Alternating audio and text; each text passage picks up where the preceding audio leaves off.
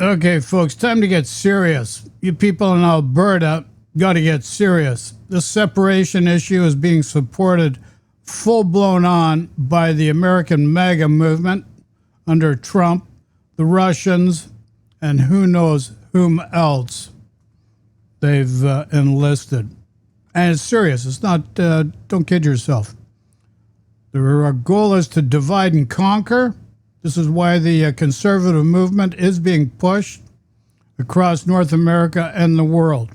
So let's listen to Charlie Angus here. Information of 3 million Alberta voters, their home addresses, their phone numbers, all of their information was given by Elections Alberta to the Alberta Republican Party that's headed by an ex-U.S. Marine. And you have to remember, Doge under Elon Musk stole every social security number in the United States for Trump and the MAGA movement. He's also promoted the far-right movement in Germany and other areas. So do not kid yourself, as well as the UK. Everybody's being manipulated. It's time we stand up and make sure we don't get abused.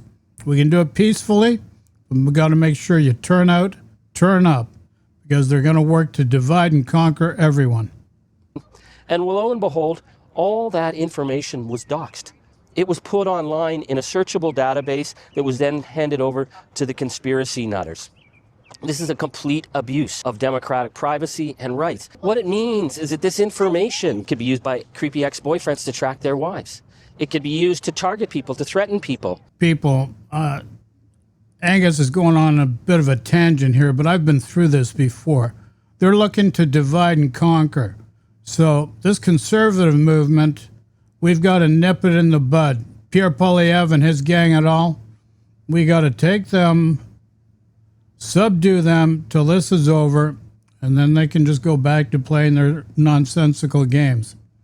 This is very important because people's livelihoods, like this pain and suffering, this war in the Middle East, and economic warfare that's put on countries like Canada by the United States of America, it's to divide and conquer. Take it seriously. I've been through it, and it's very frustrating when you reach and nobody understands what's going on. But I've been through it, been going through it since 1996. So, time to wake up, folks. We got to stop this nonsense. We'll listen to the rest of this. It can be used by the offshore disinformation crews like Cambridge Analytica did in Brexit to push and pull voters. And it will also be used to create fake profiles, which we saw in MAGA in 2016. People's information are being taken. And what have we seen from Daniel Smith? Nothing. No interest in protecting their rights. But then we learned as well this week is that the Internet Research Agency, the notorious Putin Russian Internet Research Agency, is setting themselves up to be part of the disinformation crew. This is serious, my friends. Then the Internet Research Agency set themselves up in the United States in 2016 and played a huge role in creating the divisions. Thousands and thousands of false accounts, millions of views, setting up Instagram accounts, of getting people to fight. In 1998, I phoned the RCMP to explain what was going on, and they told me to call your local police. Nobody took me seriously then. And even in 2016, I was telling people because Paul Manafort is the trigger for me. When he was the campaign manager for Trump, I knew exactly what was going on. All the actions and behaviors reinforced that, and nothing's changed since then. It's just become more and more apparent. It is serious, and you really need to take action. This Alberta separatism, you take it seriously. People need to turn out. Don't go for it. They're going to leave you in the ditch. They're going to take everything you own and leave you with nothing. This is how they operate. Don't fall for it. Fight with one another, creating division. That's what helped get Trump into the White House. And now they're here in Canada. We have to be incredibly naive to think that they aren't going to go to the maximum extreme of trying to divide us, of trying to build hatred. And here's the thing, my friends, this referendum doesn't need to win.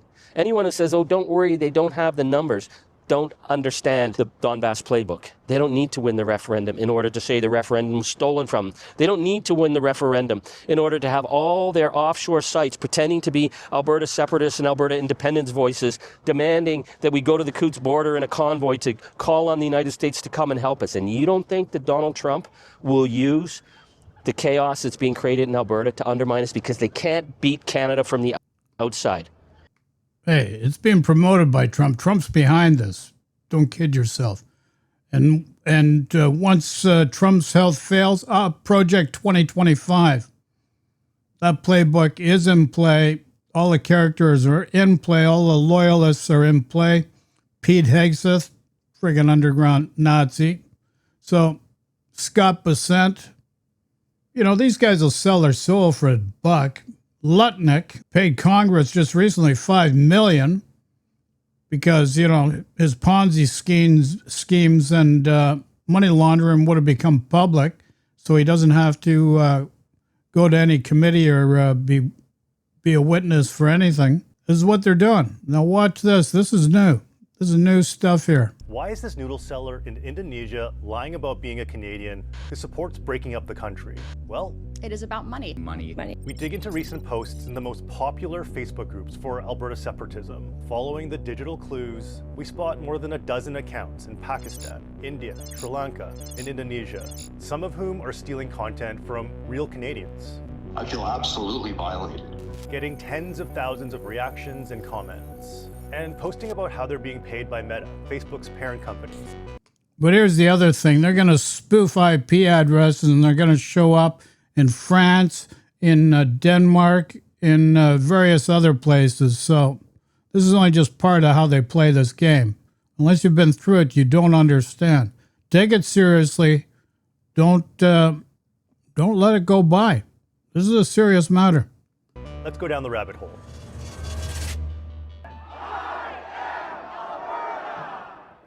These are Canadians who believe Alberta should break away after being mistreated for too long. There are popular groups on Facebook dedicated to this idea. But when we started looking... But here's the other thing. This whole movement's based on the predication that, the debt.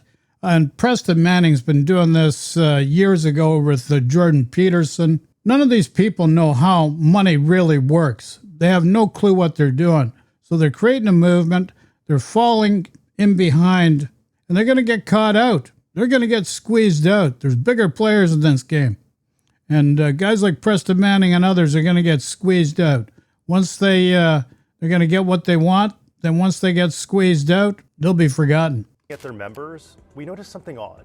Like this group, Alberta Independence. It's the most popular on Facebook with over 100,000 members. It's a busy place with tons of posts every day from real Canadians. But in the mix, we find people like Nieta Aquila. She posts regularly in this group and even says that she was in Canada and was called a traitor and had rocks thrown at her for supporting Alberta Independence. Assume that this is a person who is involved in her local community. An average Albertan that supports independence. Yes.